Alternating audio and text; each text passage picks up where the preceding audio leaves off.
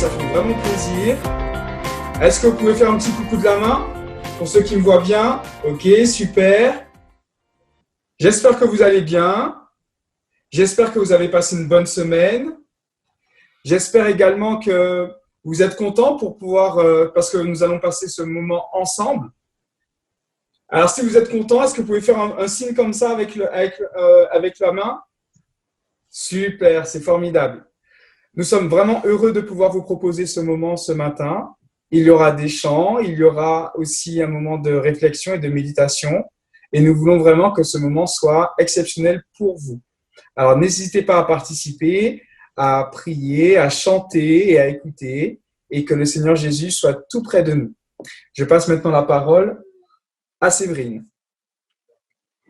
Bonjour à tous, j'espère que vous allez bien ce matin. On va commencer, on va chanter tous ensemble et on va prendre « Il est exalté ».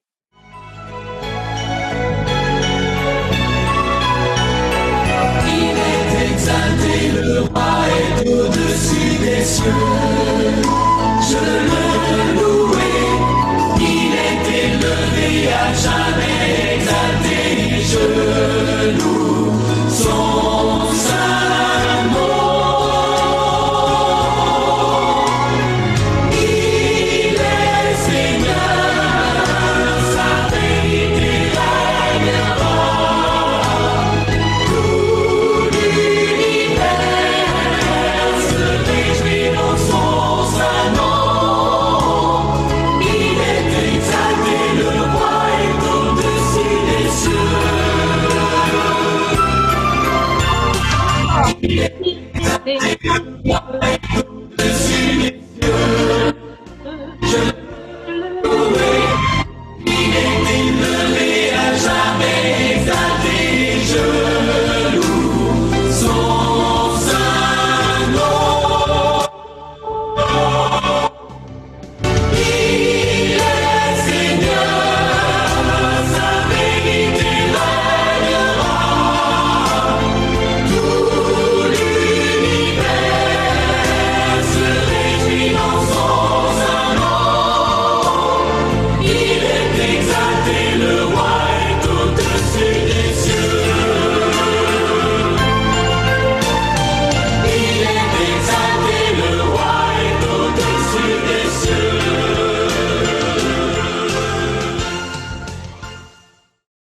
Alors pour le suivant, c'est « Je chanterai l'Éternel ». Attention, ça démarre tout de suite.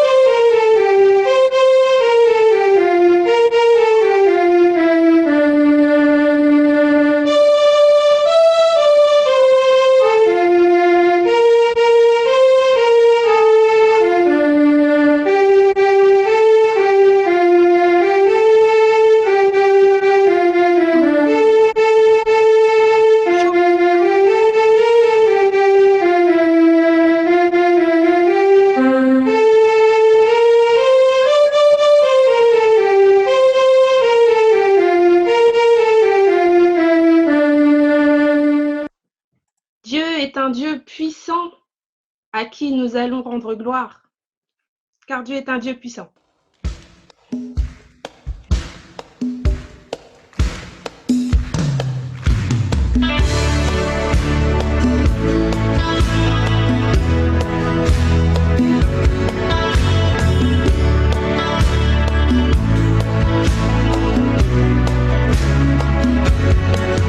Car Dieu est un Dieu puissant, il règne de son saint lieu avec sagesse, amour. Oui, Dieu est un Dieu puissant, car Dieu est un Dieu puissant, il règne de son saint lieu avec sagesse, amour. Oui, Dieu est un Dieu puissant, car Dieu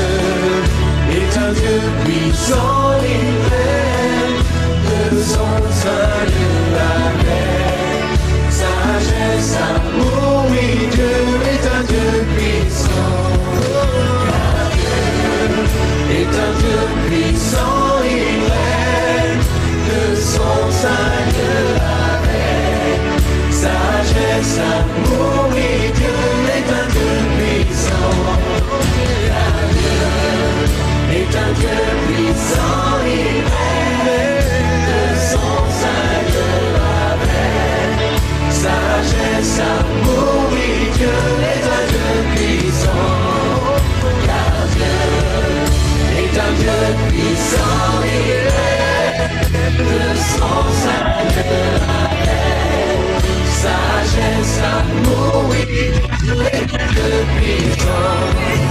Car Dieu est un Dieu puissant, il règne de son sein Dieu avec sagesse, amour, oui, est un Dieu puissant.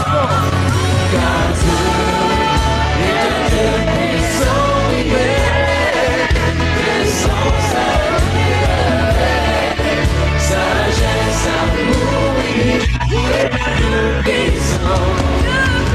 Dieu est un Dieu puissant. Dieu est un Dieu Est un Dieu puissant, il règne de son sein Dieu avec sagesse, amour, oui, est un Dieu puissant. Car Dieu est un Dieu puissant, il règne de son sein Dieu avec sagesse, amour, oui, est un Dieu puissant.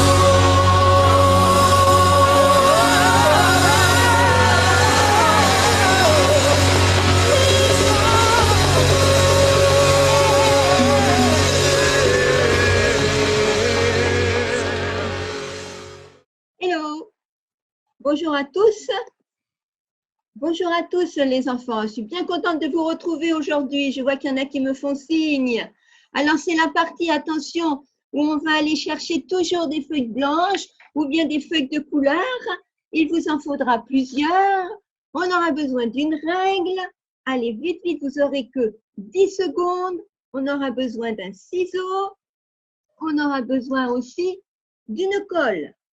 Allez, je compte donc jusqu'à 5 pour avoir préparé tout ce matériel et le mettre à côté de vous. Des feuilles blanches de couleur, ciseaux, règles et puis bien sûr un crayon de papier.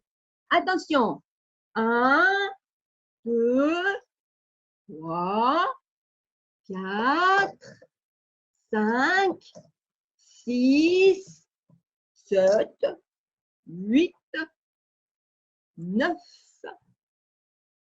Ça y est, vous avez préparé tout ce matériel? 10. Allez, on termine ce moment avec un autre chant. Allez, Séverine, un chant avec des gestes. Alors, je suis moi très heureuse ce matin d'être avec vous. J'ai plein de joie qui est remplie dans mon cœur et j'aimerais que vous puissiez le chanter avec moi. Joie, joie, mon cœur est dans la joie.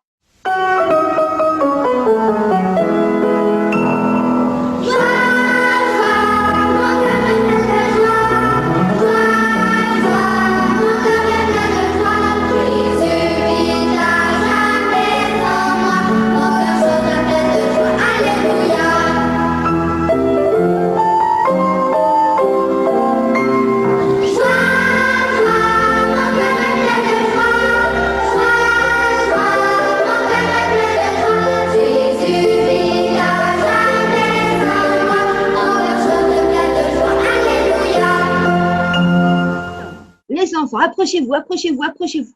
Regardez-moi, écoutez-moi, regardez.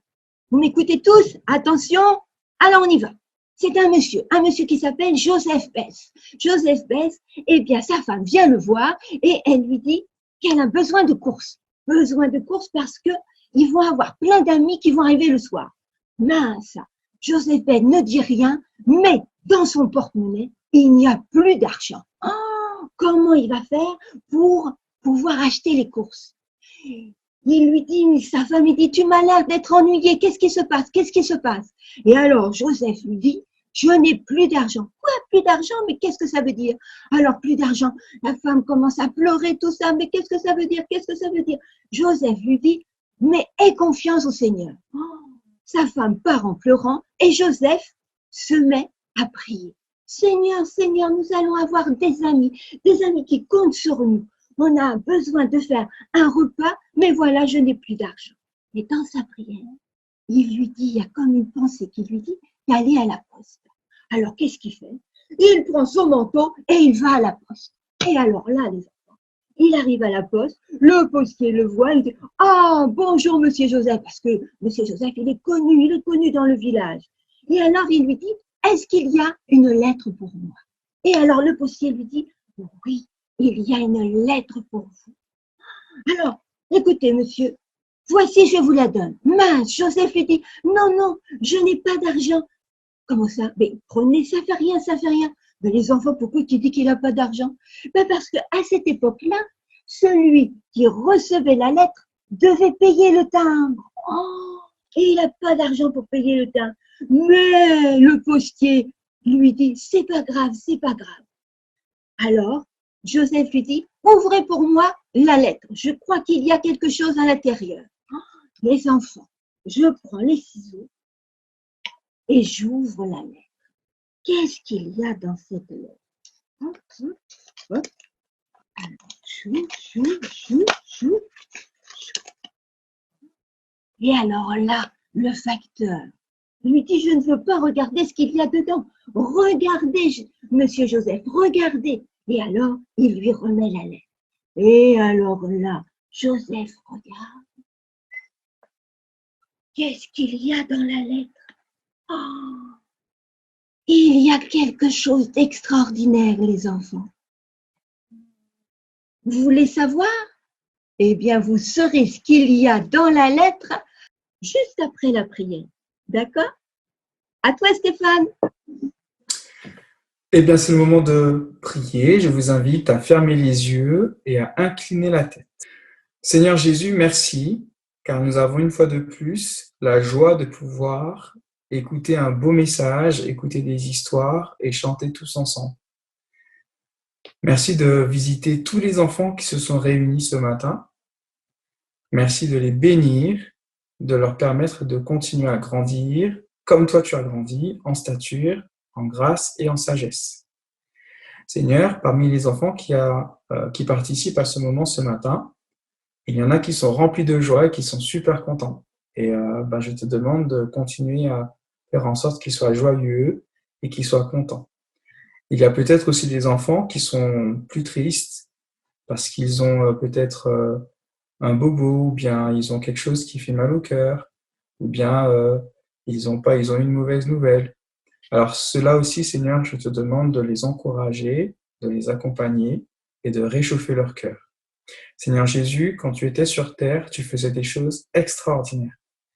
Et maintenant que tu es au ciel et que tu nous regardes de là-haut, nous voulons que tu continues à agir dans nos cœurs et dans nos vies et que tu nous remplisses de ta présence. Bénis-nous tous et bénis spécialement, Seigneur, tous les enfants qui n'ont pas la possibilité et la chance de pouvoir vivre ces temps comme nous le faisons. Il y a plein d'enfants qui souffrent dans le monde et nous savons, Seigneur, que tu t'occupes de tous les enfants et que tu pourras agir selon ce que tu auras décidé. Merci, mon Dieu. Je t'ai prié. Au nom de Jésus, mon Père. Amen. Amen. Alors, les enfants, qu'est-ce qu'il y a dans cette enveloppe? Il y a d'abord un petit mot. Et sur ce petit mot, c'est marqué Monsieur Joseph Beth. C'est un de nos pionniers. Lorsque j'ai prié et demandé au Seigneur si quelqu'un avait besoin d'argent, votre nom a surgi dans mes pensées. Alors, voici un peu d'argent. Oh, Joseph dit que le Seigneur est bon. Eh bien, vous voyez les enfants, il faut toujours faire confiance à Jésus. Et alors, Pascal, eh bien, là, il va nous lire. Eh bien, voilà, la Bible, c'est comme des lettres que nous envoie le Seigneur. Eh bien, Pascal va nous raconter un de ses messages. Bonjour les enfants, j'espère que vous allez bien et après ces chants et ces différentes histoires, nous sommes toujours très heureux de pouvoir passer ce moment avec vous. Petite histoire biblique en effet ce matin et une histoire peut-être que vous connaissez, que vous avez déjà entendue. Est-ce que le nom de Naaman vous dit quelque chose? Naaman, c'est un personnage de la Bible qui n'est pas hébreu. C'est pas quelqu'un qui est de la lignée d'Abraham ou de Moïse. Naaman est un Syrien. Et à l'époque, la Syrie et Israël, c'était pas les grands amis, bien au contraire, parfois il y avait des guerres. Et dans cette histoire de Naaman, il y a deux choses qui vont nous intéresser. C'est que Naaman, il est d'abord un grand chef militaire, celui qui a conquis différentes régions autour de la Syrie, et les Syriens sont super contents de ce général. Par contre, il a un défaut. Il est lépreux. Vous savez ce que c'est que la lèpre? C'est une maladie très, très, très terrible. C'est une maladie où on voit sur la peau des taches blanches, des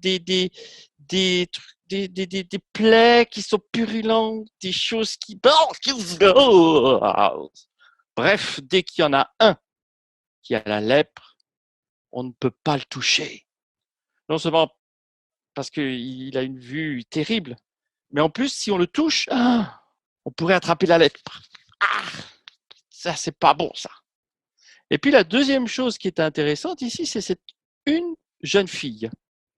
Alors, dans la Bible ne nous donne pas son nom. C'est terrible d'avoir une petite fille comme ça, qui est peut-être pour certains qui ont le même âge que cette petite fille, on ne connaît pas son nom. On ne sait pas. Par contre, elle a une action extraordinaire. Une action qui va chambouler la vie de Naaman. Alors, dans cet épisode particulier qu'il y a ici un endroit, un moment particulier qui fait que, on va découvrir ce qu'est ce personnage. Ce personnage qui est, alors je vais devoir vous le montrer là, cette demoiselle, cette petite jeune fille qui, ici, va être prisonnière parce que les soldats de Naaman ont pris une partie de la région d'Israël et en particulier des enfants et des adultes pour être des serviteurs, pour servir, pour être obligés de servir. Ils sont plus libres, ils n'ont plus de liberté. Ça, c'est terrible. On pourrait être en colère. Comment on m'a retiré de mon pays? On m'a retiré de ma famille. On m'a mis dans une famille pour la servir. Mais cette jeune fille, elle a une particularité, c'est qu'elle est très sensible au malheur des personnes. Et elle veut les aider. Elle veut aider cette famille qu'elle sert. Même si c'est un peu contre sa volonté qu'elle a été emprisonnée. Alors voilà ces deux personnages. Cette jeune fille, on ne connaît pas son nom, et Naaman. Et comme je vous le disais, Naaman a une maladie. Aïe, aïe, aïe, aïe, aïe. Pas bon, la maladie. La maladie, vous savez, c'est comme des virus. C'est comme des choses pas bonnes du tout. On n'aime pas. En ce moment, on est en plein sur cette histoire-là. Alors, ce qu'on a en ce moment, c'est pas la lèpre, parce que ça se verrait. Ce qu'on a aujourd'hui, c'est un truc qu'on ne voit pas. C'est quelque chose qui plane, qui quand on discute trop près de quelqu'un d'autre, on peut l'attraper, et puis et à un moment donné, ça devient des tas de virus autour de nous. Et ça, c'est vrai que ça fait peur. C'est pour cela que en ce moment, on dit « Ah non, il ne faut pas trop se rapprocher les uns des autres parce qu'on peut le donner contact si on est trop près, etc. etc. » Vous savez, c'est comme ces allumettes que l'on peut mettre les uns à côté des autres. Et quand on en accumule et que les unes et les autres sont trop près, ça peut enflammer les autres. Et c'est ça la maladie. En particulier, cette maladie du virus que vous entendez parler ou que Naaman avait, la lèpre. Ça, c'est une maladie qui n'est pas belle. Alors, on pourrait s'arrêter là, on pourrait se dire, Bon, ben voilà, il l'a. Et puis, tant pis, hein, c'est un ennemi d'Israël, c'est un ennemi de Dieu, on s'en fout. Oui, mais cette petite jeune fille dit non, c'est dommage. Alors elle va dire à sa maîtresse, à celle qu'elle sert, tu sais, je connais quelqu'un, un prophète en Israël, qui peut aider ton mari à guérir. Alors ça pose des questions parce que c'est un Syrien, un militaire. Vous imaginez, vous iriez voir votre ennemi pour lui dire, ah, je sais que tu peux me faire du bien. Je sais que tu peux m'aider à guérir. Vous iriez, vous, en sachant que c'est votre ennemi? Ah, vous savez, parfois à l'école, alors ça fait longtemps que vous n'en avez pas eu, donc mais si on se souvient un peu, certains copains qui sont pénibles, agaçants, qui vous embêtent, bref, votre pire ennemi. Et un jour, on vous dit, ah, mais tu sais, la maman de celui qui t'embête, il peut t'aider, elle peut t'aider. Oh non, je ne vais pas aller lui parler, ça va pas. Il m'énerve, lui, et il me fait que du mal. Non, non, non, non, non, non, non, non, ça, je ne ferai pas. Ah ouais, mais si il t'aide et s'il te guérit, tu accepterais? Et ça, c'est toute la question que cette jeune fille pose à sa maîtresse, qu'elle ose, pardon, dire, mais moi je connais quelqu'un qui peut guérir. Alors ça m'étonne le dit à son mari, Naaman, et Naaman, on se dit, non, mais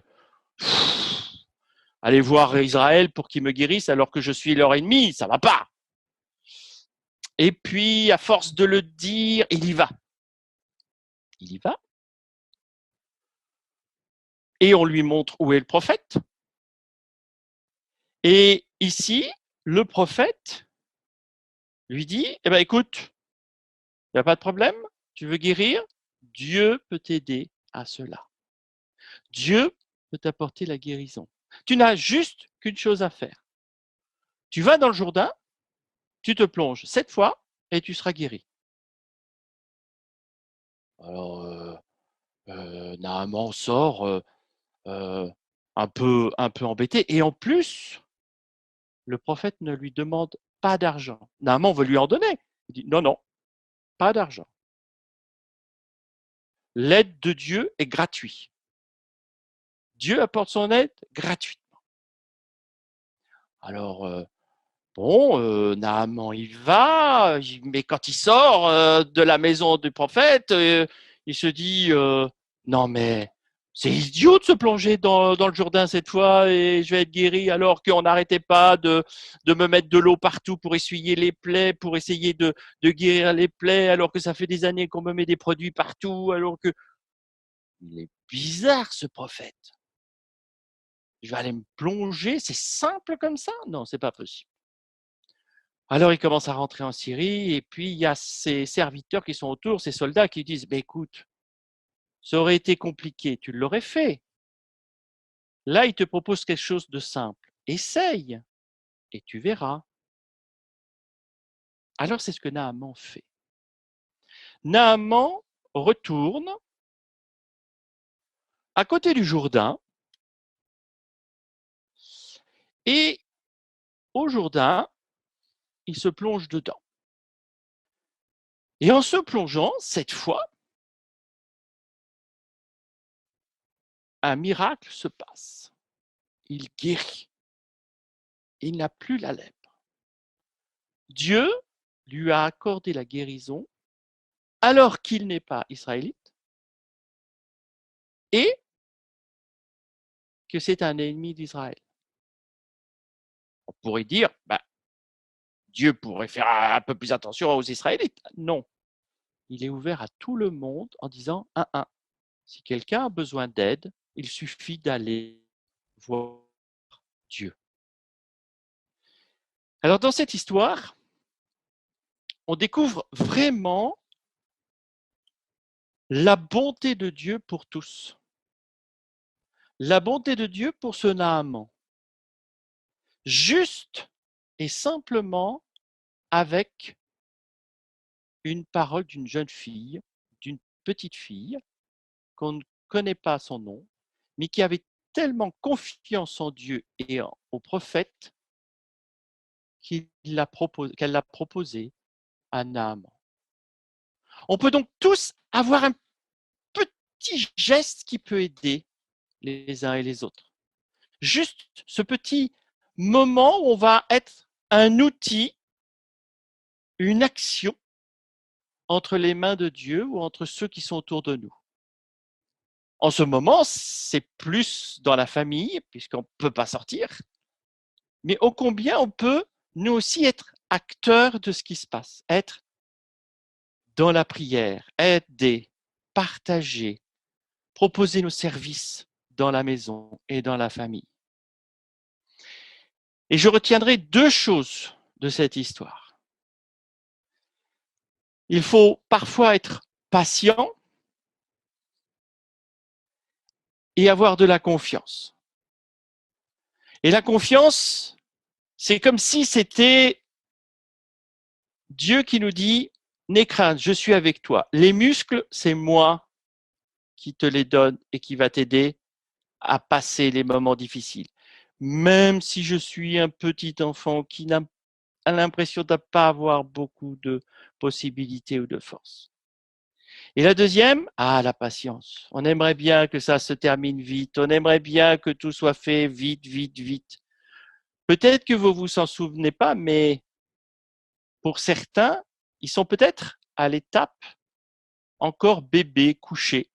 Votre frère, votre sœur est encore un bébé qui ne peut pas marcher. Puis il a fallu du temps pour qu'il arrive à se mettre sur le ventre. Et puis encore du temps pour s'asseoir. Et puis encore du temps pour marcher. La patience. Tout arrive au bon moment avec Dieu. Alors, pour être vraiment dans un moment de réconfort et pour certains qui ont cette difficulté de se dire où est le soleil, j'ai l'impression que avec tout le stress et toutes les difficultés, je ne vois pas la lumière, je ne vois pas le soleil. Je vous propose 6 marches à franchir dans la journée. La première, ne reste pas la mine triste, redresse-toi. Comme si un fil te reliait du sommet du crâne jusqu'au ciel. Car Dieu est prêt à te tirer vers le haut, à te donner une droiture. Tu es quelqu'un d'important à ses yeux. La deuxième marche, n'hésite pas à sourire. N'oublie pas de donner un sourire autour de toi. Et même le sourire dans ta tête, en te rappelant tous les moments que tu as pu passer il y a peut-être plusieurs semaines ou plusieurs mois. Vis-les maintenant et ils peuvent revenir. La quatrième, pense à quelqu'un que tu aimes. Pense à Dieu qui t'aime. Pense à tes parents qui t'aiment et dis-leur merci. Même si tu ne le dis pas verbalement, dis-le dans ta tête. Ça aide à respirer. La cinquième marche, dis-toi que tu peux réussir avec Dieu. Ne sois jamais toujours et constamment dans le doute ou dans la crainte. Dis-toi que tu peux réussir. Et la 6e marche, tu es arrivé. Si tu fais tous ces éléments-là, tu seras comme cette fille qui pourtant aurait pu être tellement stressée de par être prisonnière qu'elle aurait pu être finie, c'est terminé. Eh bien non. Elle a ici résisté et dit, elle s'est redressée, elle a grandi, elle a aimé, elle a souri et elle a partagé. Que chacun puisse aussi faire cela dans votre cœur Et je vous encourage à cela et je suis sûr que Dieu vous aidera dans ce sens. Amen. Amen. Merci beaucoup, Pascal, pour ce moment de partage. Merci vraiment, c'est très édifiant.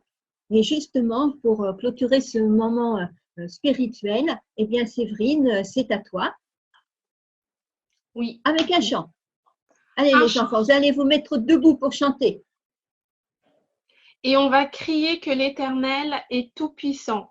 C'est lui qui peut nous délivrer de nos ennemis. Et les ennemis, pas que les ennemis physiques. Comme l'a dit Pascal, c'est pas que des personnes, ça peut être aussi le virus, ça peut être la maladie, ça peut être plusieurs choses. Et comme ça, quand on crie à Dieu, Dieu nous délivre. Attention, ça commence tout de suite aussi là. Dès que la chanson commence, les paroles, on peut les chanter ensemble.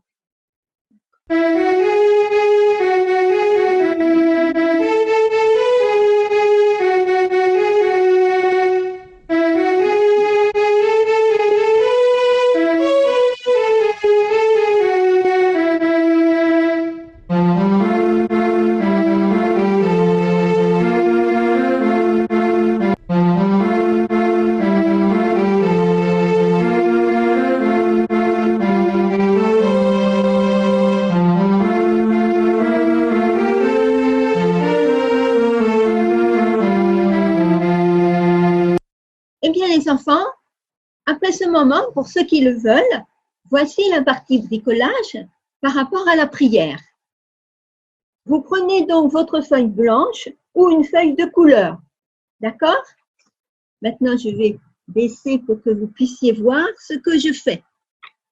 Voyez sur le bord de ma feuille, ici, je vais mettre donc de la colle. Je vais prendre une autre couleur. Voilà, pour que ce soit moins foncé. Alors, pas dans ce sens-là, d'accord? Dans l'autre sens, le sens de la hauteur. Et je mets de la colle ici tout au long. D'accord? Allez, on y va? On met de la colle. Vous allez voir, ça va être très rapide. Hop, je mets de la colle. Ceux qui aiment en mettre beaucoup, vous pouvez en mettre. Voilà, je mets tout le long comme ça. D'accord? Ensuite, la partie qui est collée, je la laisse. Je prends l'autre partie qui n'est, j'ai pas mis de colle et ce que je fais, je tourne ma feuille. Voilà, j'en fais un rouleau. D'accord? Voilà, je roule et je roule. D'accord? Voilà, je roule comme ceci. D'accord, les enfants? Voilà, on roule, on roule, on roule, on roule, on va jusqu'à la colle. Voilà, et on roule comme ça. D'accord? Quand vous avez roulé, on prend sa règle et on fait une petite pointe sur 10 cm. Voilà, un petit trait comme ça. Vous voyez? Voilà, un petit trait à 10 cm. D'accord? Je prends le ciseau et alors je vais couper comme ça tout mon rouleau. Vous voyez? Hop! Hop là! Et ça va dans tous les sens. Et ensuite, eh bien, vous voyez, ça reste debout. Alors, qu'est-ce qu'on fait? On reprend une autre feuille. Si vous avez du jaune, c'est bien. Et ça, là, vous le laissez sur le côté pour l'instant. Alors, vite, on prend sa règle de nouveau. Et là, donc, on va faire 3 cm. D'ici, voilà, d'ici à là, 3 cm. D'accord? On fait la même chose de l'autre côté. Voilà. Après, avec sa règle, on trace un trait. Hop. C'est bon? Et là, maintenant, on coupe. Oh non, c'est pas compliqué, vous allez voir. C'est pas compliqué. Voilà, c'est des traits. Voilà, des mesures. Vous allez voir, ça va faire quelque chose de très sympa. Vous allez voir. Et hop, on a coupé. D'accord? Alors, là, on va reprendre sa règle. Et on va mettre donc un point, d'accord, à 6 cm. Et puis à 3 cm. D'accord? On fait la même chose de l'autre côté que 6 cm. Ah, ça se complique, hein? Mais non, vous allez voir. 6 cm d'ici à là, avec une autre à 3 cm. Et puis là, on fait la même chose. On trace un trait. Hop là. Vous avez vu? Et alors, on coupe de nouveau.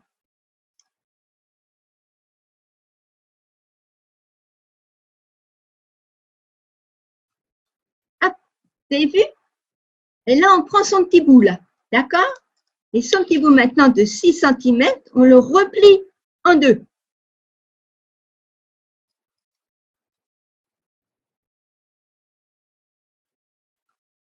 Vous avez donc votre petite encoche là. D'accord? Donc, le côté qui est ouvert, je fais avec mon crayon. Vous allez voir, c'est pas compliqué. Je fais un trait qui rejoint mon point. Vous voyez? Je vais prendre un feutre pour que vous voyez bien. Après, vous allez voir, vous allez vous exercer. Hop, jusqu'à mon point. Et je fais la même chose de l'autre côté. Hop. Vous voyez? Ça fait ça. Eh bien là, maintenant, je vais couper. Je suis mon trait. Ouh là là là là, qu'est-ce qu'on est en train de faire? Hop. Eh bien maintenant, je vais mettre de la colle. De la colle tout en bas. D'accord? Hop. On met de la colle. Voilà, on met de la colle jusqu'ici. Voilà, à la pointe. D'accord? Eh bien là, vous allez prendre votre tube. Là où il y a la pliure, ici, à l'intérieur, vous allez mettre, eh bien voilà, ça fait quoi? Une petite bougie. Vous voyez, c'est très facile, une petite bougie. Alors, vous pouvez en faire, vous voyez, de plusieurs couleurs. À quoi elles vont servir? Eh bien, voyez-vous les enfants? On a prié chaque semaine pour des cas particuliers. Eh bien, sur la bougie, chaque jour, vous allez mettre le nom de vos professeurs. C'est-à-dire, aujourd'hui, ça peut être votre maîtresse, et puis demain, peut-être votre professeur de sport. Un jour après, eh bien, le professeur de musique. Vous voyez, un professeur chaque jour. Et vous allez prier chaque jour pour votre professeur. Vous voyez les enfants? Ça sera super. Alors, vous pouvez en bricoler aussi pour papa et maman. Et alors, eux, eh bien, chaque jour, ils mettront le nom d'un collègue. D'accord? Je compte sur vous. Je vois qu'il y en a qui agitent déjà leur bougie. Eh bien, Pascal, c'est à toi. Avant que tu termines par la prière, vous les enfants, on va baisser notre tête et puis vous allez prier pour le premier professeur, pour votre maîtresse qui vous fait la classe ou pour un professeur, quel que soit votre âge. Je vous laisse 5 secondes et Pascal, tu termineras ce moment. Et on terminera par un chant. Allez les enfants, on prie pour son professeur?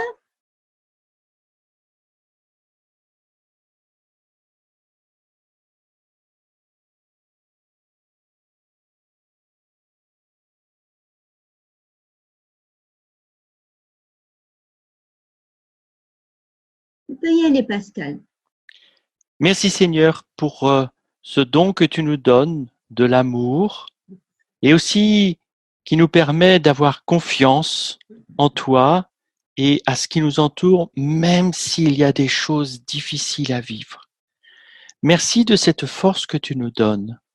Merci aussi de le donner à tous ceux qui sont autour de nous, notre famille, nos frères et sœurs, qui sont avec nous dans la maison. Mais aussi, on vient d'avoir une pensée pour les professeurs que nous avons et que nous n'avons pas vus depuis pas mal de temps. Merci Seigneur, parce que nous savons que tu es le grand docteur, le grand guérisseur. Et que si nous devons faire attention à ce qui nous entoure et à ce qui peut être négatif aussi ou les méchants virus, nous savons qu'avec toi, nous pouvons trouver ce calme et cette sérénité. Alors accompagne-nous et que ta paix soit sur chacun d'entre nous. Au nom de Jésus. Amen. Amen. Alors, Amen. voici notre dernier chant. On va finir en disant merci à Dieu. Merci pour toutes les choses qu'il nous apporte. Et dans ce chant, il y a des gestes. Donc, je vous invite à faire les gestes avec moi.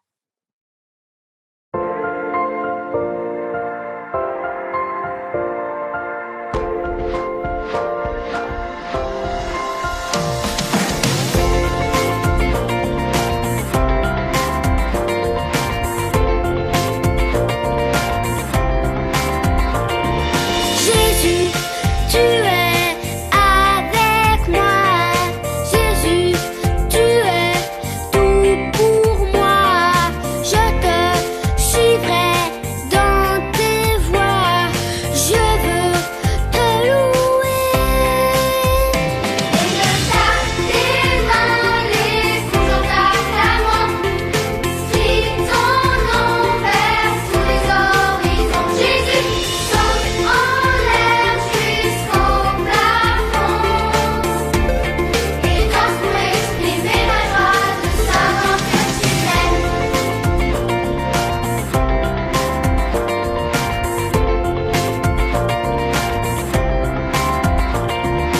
Jésus, tu es avec moi.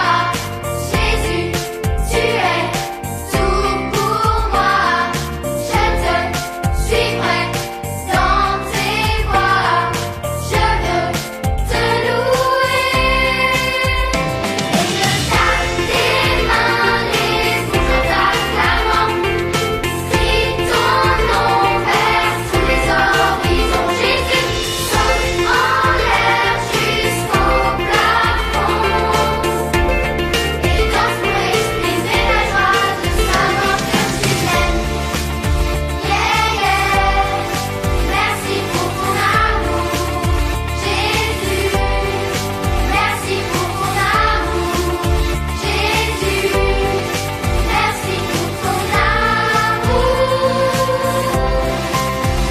Et je tape tes mains, les bouches en t'acclamant.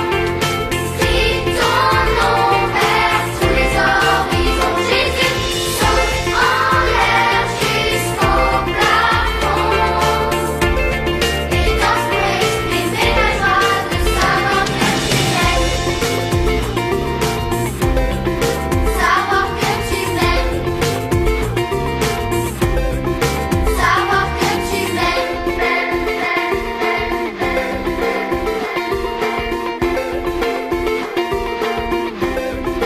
Savoir que tu m'aimes.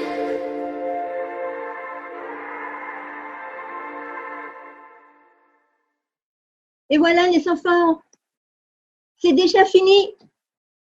Je vous dis au revoir, je vous aime très fort. Au revoir. Au revoir. Au